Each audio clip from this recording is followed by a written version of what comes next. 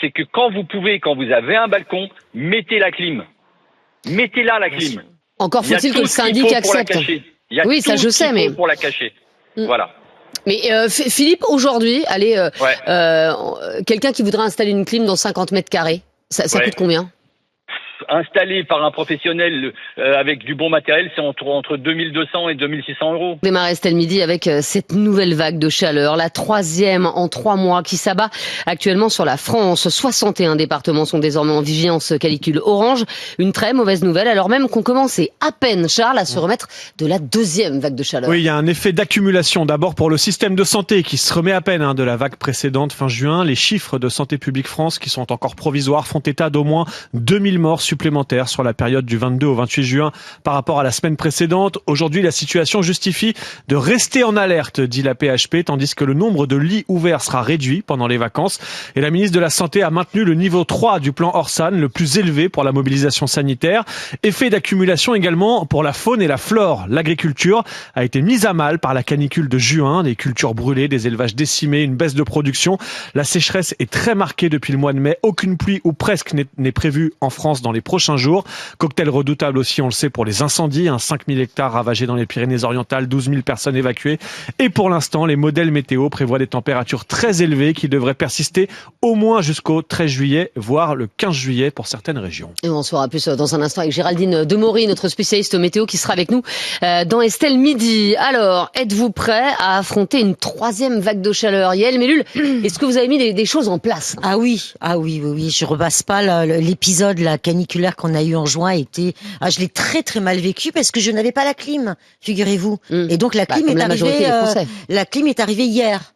Donc, après 10 jours d'errement pour la livraison, enfin elle est arrivée. Donc là, ça y est, je suis beaucoup plus tranquille parce que avec les chaleurs que nous avons affrontées et que manifestement nous allons encore avoir à affronter, sans clim, ce n'est juste pas possible en fait. Ce n'est pas possible. Vous avez réussi à la mettre en marche ? J'ai réussi à la mettre en marche. Très bien, Yael. Voilà, donc tout va bien. Alors pour ce qui me concerne, voilà, tout est mis en place. C'est une clim mobile que vous avez achetée ? Ouais, c'est pour le moment, oui. D'accord. En attendant de faire l'installation, mais elle sera faite dans les mois qui viennent. Oui. Ça c'est clair, net et précis. Si vous trouvez de la place. Si je trouve de la place, absolument. En revanche, je suis beaucoup plus inquiète pour les hôpitaux qui n'ont pas encore eu le temps de récupérer, avec des urgences qui ont été saturées, le personnel est complètement épuisé. Exactement. Aussi, qui n'ont pas encore reçu les clims commandés par le Premier ministre. Je sais pas trop comment ça va se passer. Et les plus précaires aussi, parce que en fait, absolument, les plus précaires, ils ont pas forcément de quoi. Non, les clims évidemment ont augmenté, bien sûr, donc ils ont pas forcément de quoi. Mais elles ont augmenté, il y en a plus. Voilà, 600 000 euros dans une clim. Les plus âgés aussi, qui vont pas forcément sur Amazon. Je veux dire, chercher la petite clim disponible et qui vont, chez effectivement Darty Boulanger à côté, mais il y en a plus. On trouve plus rien, il faut le dire. On trouve rien, mais oui, donc il faut rien nulle part. Aujourd'hui, il faut être un peu agile sur Internet pour trouver une clim. Absolument. Et là, il faut vraiment augmenter notre vigilance par rapport à l'entourage. Il faut entourer les personnes vulnérables, les personnes âgées. Charles l'a rappelé, il y a eu 2000 décès en plus, avec en majorité les personnes âgées et vulnérables. Donc il faut prendre soin d'eux, il faut prendre de leurs nouvelles, c'est très important. Juliette Briens, est-ce que vous pensez qu'à un moment on va finir par s'y habituer, parce que malheureusement, ce qui nous semble extraordinaire aujourd'hui sera la norme demain en fait? Il va falloir qu'on s'y habitue, on y va, donc il n'y a pas le choix, c'est même déjà là. Je pense qu'il va y avoir des adaptations de toute manière, alors que ce soit des adaptations matérielles avec les installations de clim, mais aussi peut-être des sortes de migration intranationale, c'est-à-dire qu'il y a des régions qui vont être plus prisées que d'autres, notamment l'été. On va avoir même des pays peut-être en Europe qui vont être prisés pour leur température. Oui, on y va. Scandinavie. Voilà, et il va aussi falloir parler à un moment donné des aléas climatiques de grande ampleur, comme les inondations et toutes ces choses que les incendies. Voilà, les incendies, etc., terrible, qui vont devenir de plus en plus récurrents. Est-ce qu'il va falloir peut-être à un moment donné, adapter nos modes d'habitation, nos lieux d'habitation. Oui, tout ça, c'est des questions qui vont se poser. De toute façon, elles vont se poser par la force des choses, puisque même financière, on va dire, parce que vous avez vu que les prix des assurances augmentent aujourd'hui, que les assurances n'arrivent plus à suivre. Donc voilà. Après, moi, je suis prête. Hein. Moi, je suis prête depuis 4 ans, les amis. J'ai pas attendu les mettre des calottes à Lidl pour obtenir une clim. Hein. Je l'ai acheté il y a 4 ans en plein hiver. J'ai toujours pas compris. Enfin, moi, j'ai quand même pas l'impression que c'est la première canicule qu'on vit. J'ai l'impression que l'année dernière, déjà, il y avait eu des énormes vagues de chaleur. Je sais pas comment vous avez tenu jusque-là. Après, la question, c'est est-ce que les températures baissent un peu la nuit? C'est ça qui crée vraiment le danger absolu. C'est quand il y a Paris, on redescend pas la nuit. Et il y a une accumulation au fur et à mesure qui fait que finalement, à la fin, c'est une étuve de laquelle on ne peut plus se sortir. Et c'est là que notre psychique en prend un coup. C'est pour ça qu'il n'y a pas de vigilance canicule rouge, en tout cas pour l'instant, parce que les températures redescendent la nuit. Mais enfin, j'ai envie de dire, on se satisfait de peu. Parce que, non mais voilà, la journée... C'est déjà énorme, parce que de pouvoir dormir... Oui, mais à quelle heure tu dors? Moi hier, il se trouve que j'ai regardé le foot, donc là en ce moment je me couche très tard. Hier à 1h du matin, j'étais encore en t-shirt et il n'y avait pas d'air. Pour le coup, dans une grande ville. En tout cas, donc là on est là, satisfera, génial. Ah dis donc, il a fait 25 degrés cette nuit, c'était vivable. Mais en fait c'est fou, c'est-à-dire qu'en fait on a complètement changé notre mode d'esprit, Benjamin, mais en quelques mois, on raisonne plus pareil, quoi. Oui, parce que c'est le propre de l'être humain que d'avoir une faculté d'adaptation. Et une faculté de résilience assez incroyable. Mais clairement, vous savez, ça me rappelle le film Un jour sans fin, quoi. Et là, voilà, tous les jours, c'est la journée de la marmotte, et tous les jours, enfin en tout cas régulièrement, on a des épisodes caniculaires qui nous tombent dessus. Je suis d'accord, c'est difficile de jouer les étonnés, surtout qu'on peut pas dire que le GIEC et autres experts ne nous aient pas alerté. Moi, à vrai dire, c'est l'année dernière, effectivement, il y avait eu un épisode caniculaire. Et alors c'était avait pas cette ampleur-là, mais il y avait déjà eu des moments de très forte chaleur, et j'avais essayé d'acheter un climatiseur et il y en avait nulle part. Et donc je m'étais fait la promesse que l'année qui venait, je gérerais les choses en amont. C'est ce qui s'est passé. Et moi j'ai effectivement au mois de mai, je me suis mis à la recherche d'une clim, et c'était très facile. Hein, je veux dire, le jour où j'ai été acheter ça, il y avait. C'est plus facile quand il fait moins chaud, c'est sûr. Non, mais il y avait une pyramide alors qu'il y avait déjà eu un premier épisode caniculaire, il y avait une pyramide de clim. Donc, effectivement, je suis comme Yael. Moi, j'ai l'étape suivante, elle est déjà là. C'est-à-dire que je vais installer la clim tout court, après, derrière, d'ici quelques mois. Et oui, à titre personnel, je vais être prêt. Le problème, c'est pas individuellement, en fonction de nos situations évidemment. Mais socio-professionnelles. C'est les écoles, c'est les centres aérés qui ne pourront plus accueillir les gamins. Comment la société est prête, comment les services publics sont prêts. Ça va être les légumes, les fruits, les vendanges, bien sûr. Mais déjà aussi, en urgence, les services publics, les hôpitaux, les écoles. Enfin, moi, je suis prof. Je peux vous dire que en période, la période des examens du baccalauréat, durant la précédente vague caniculaire, c'était une horreur. C'était une honte que nos élèves passent les examens dans ces conditions. C'est une honte que des femmes soient en situation soient dans les maternités, avec dans les chambres des températures effroyables. Il y a eu un accident de la RATP parce que le conducteur a fait un malaise. Il y avait 46 degrés dans le véhicule. C'est plus possible. C'est ça qu'il faut savoir. Comment nos sociétés s'adaptent à ce changement radical. Et ce qui est fou, c'est qu'on se moquait un peu gentiment. Il y a quelques mois encore, des personnes âgées qui parlaient toujours de la météo. En fait, c'était un peu un marqueur de l'âge. Tu vois, quand on me disait, quel temps il fait chez toi? Bon, en vrai, on me disait, ok, quel âge est là, quoi. Et aujourd'hui, tout le monde ne parle que de la météo, et ça, c'est aussi un changement. Et justement, pour savoir à quelle sauce nous allons être mangés dans les prochains jours, nous avons Géraldine de Maury avec nous, chef du service météo d'RMC. Bonjour Géraldine. Bonjour l'équipe. Géraldine, quand on vous appelle, c'est rarement pour de bonnes nouvelles. On va pas se mentir, c'est pas pour avoir la météo des plages. Donc, Géraldine, à quelle sauce allons-nous être mangés? Alors c'est encore difficile à dire pour le moment, il y a quand même beaucoup d'incertitudes. Ce qui est sûr, c'est qu'on est sur une vague de chaleur qui va durer. Alors, pour l'instant, on est sur quelque chose qui semble être un petit peu moins intense que le mois de juin, mais on peut pas en fait se référer au mois de juin parce qu'on a eu une canicule qui était totalement historique, donc ça peut pas être un point de repère en réalité. Et puis surtout, ce qui est très compliqué, c'est la longueur de l'événement. C'est-à-dire que plus que des records de température, le fait qu'on ait ces vagues de chaleur qui se succèdent depuis en moins de 2 mois, on a eu 3 canicules quand même, c'est inédit. Et on n'a pas eu de pause vraiment depuis la dernière. On enchaîne directement avec une autre qui va durer au minimum jusqu'en milieu de semaine prochaine. Là, on est arrivé un petit peu à un plateau au niveau des températures. Donc, on est sur un niveau très haut et on devrait rester sur ce niveau très haut dans les prochains jours. Pour le week-end, il y a encore beaucoup d'incertitudes. Donc, suivant la position de la goutte froide, on pourrait avoir une intensification encore de la chaleur pour le week-end. Il y a des scénarios qui voient des pointes à plus de 43 degrés sur le sud-ouest. Ah oui. Pour l'instant, c'est à prendre encore avec des pincettes, mais voilà, ça fait partie des scénarios en tout cas qui sont envisagés. Et puis donc cette longueur surtout, c'est ça qui est très très difficile pour les organismes et les conséquences, on va pas forcément les voir aujourd'hui, demain. Ça va être vraiment sur du plus long terme, sur les prochaines semaines, qu'on va vraiment pouvoir tirer un bilan de ces événements. On peut pas s'en rendre compte au jour le jour, quoi. C'est vraiment plus tard. Et mais voilà, donc c'est vraiment là, on est parti sur quelque chose de long et qui va être très difficile pour les organismes, qui est très difficile pour l'humain, qui est très difficile pour les animaux, qui est très difficile pour la végétation. Et c'est vraiment tout le vivant là qui souffre énormément en ce moment. Et Géraldine Demory, pour ceux qui vont partir en vacances mais qui n'ont pas encore décidé de leur destination, est-ce qu'il reste encore en France, allez, pour les prochains jours, on va dire des îlots de fraîcheur? Alors la montagne, ça reste vraiment le refuge. Si vous prenez de l'altitude, vous avez quand même de bonnes chances d'avoir des températures qui seront en tout cas moins chaudes qu'en plaine, ça c'est sûr. Après, les côtes de la Manche sont quand même plutôt épargnées. Mais hormis ces coins-là, il y a aucun coin qui est vraiment épargné. La Bretagne, qui était jusque-là aussi un refuge, c'est plus le cas maintenant.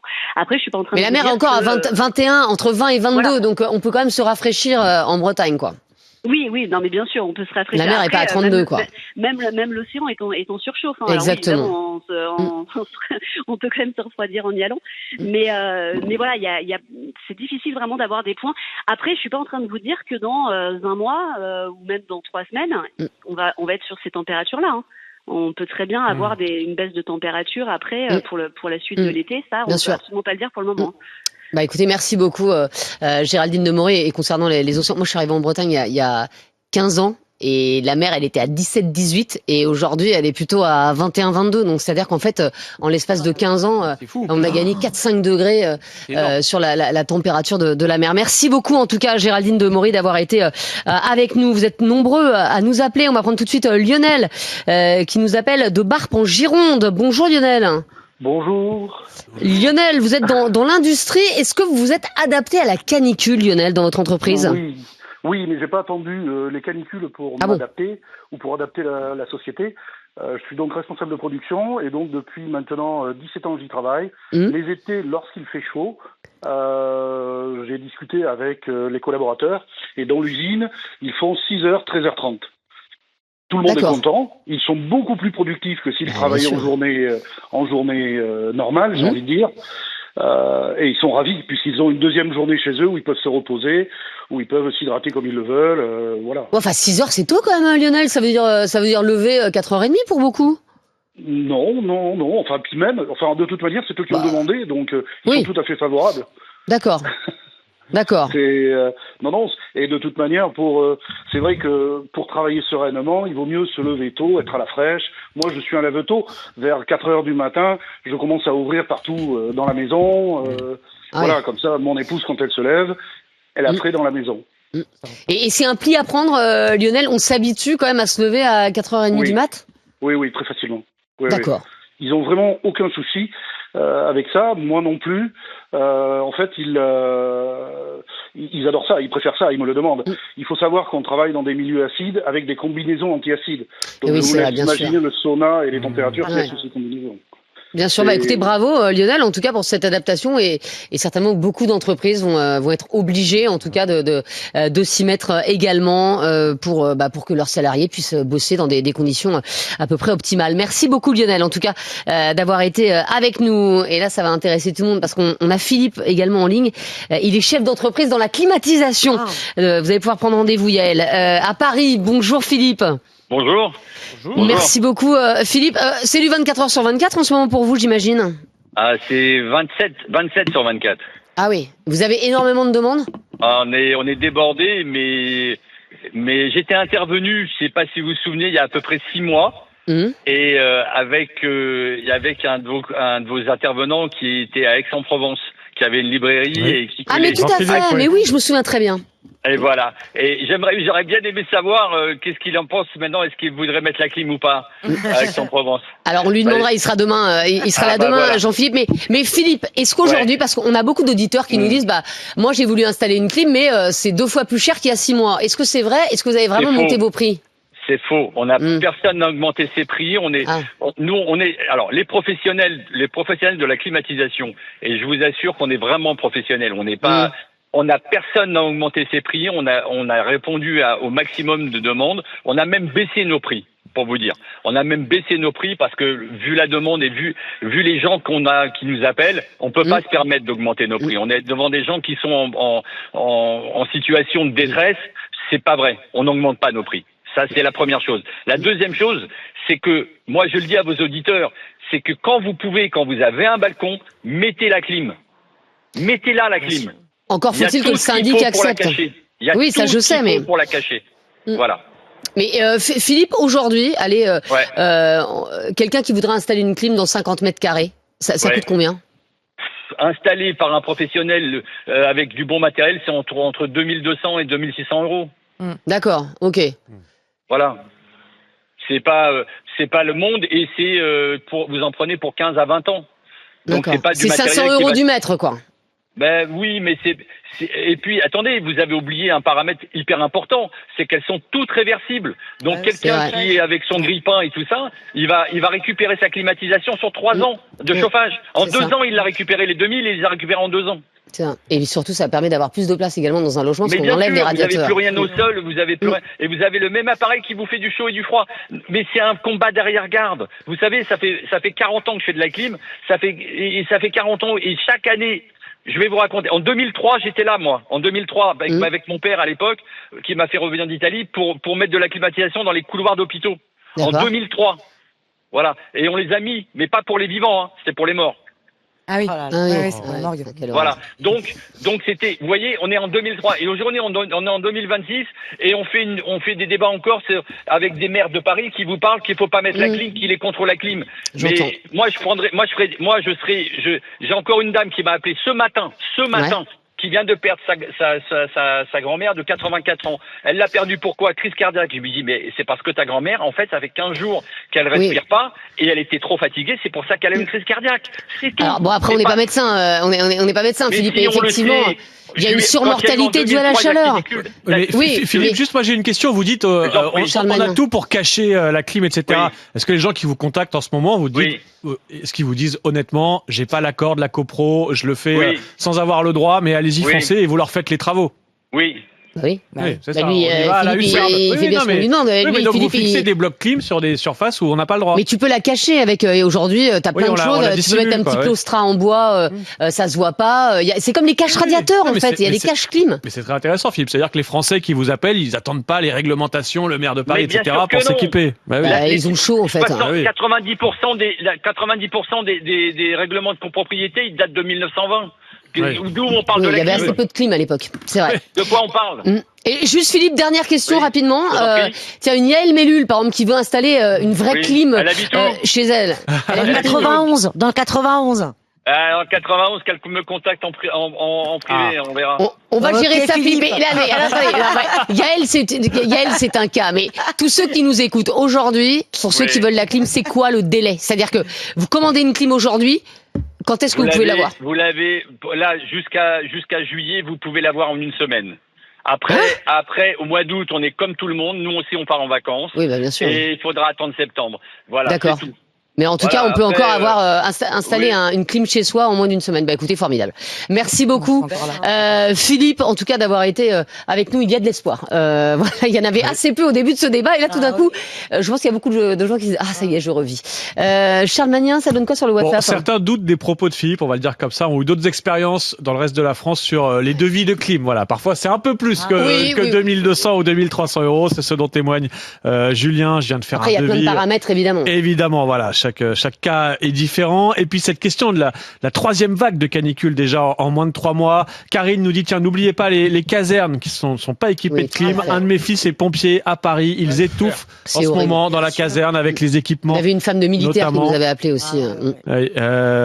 Clem qui nous dit, personnellement, je suis dans le bâtiment et à mon compte, donc pas le choix en ce moment. On s'adapte. C'est la 3e fois cette année qu'on va être obligé de bouger les horaires, de bosser tôt le matin, mais on n'a pas le choix quand on est à son compte. On peut pas s'arrêter dès qu'il fait trop chaud. Et puis Julien qui nous dit, moi ce qui me rend fou, c'est de voir encore en ce moment des gens courir, des gens qui restent dehors alors qu'il fait très chaud. Mais les gens vides, non? Il est temps que les messages sanitaires passent, nous dit Julien. Oui, il y avait des courses ce week-end, elles n'ont pas été annulées. À un moment, on va pas être plus, voyez. Oui, mais on va pas courir à 14h et certains ne l'ont toujours pas compris. Non. Et c'est ça qui engorge aussi les urgences. Mais ça, après, c'est au pouvoir public aussi de dire, écoutez, c'est vigilance canicule rouge, faut pas courir, faut annuler les courses, etc. Non, mais là, certains courent pour leur jogging entre midi et 2. Encore aujourd'hui, vous le verrez dans les rues des grandes villes, des gens faire du sport. Et ça fait réagir Julien. En attendant, on vous a posé la question sur nos réseaux. Êtes-vous prêt à affronter cette 3e vague de canicule? Vous avez répondu oui à 66%.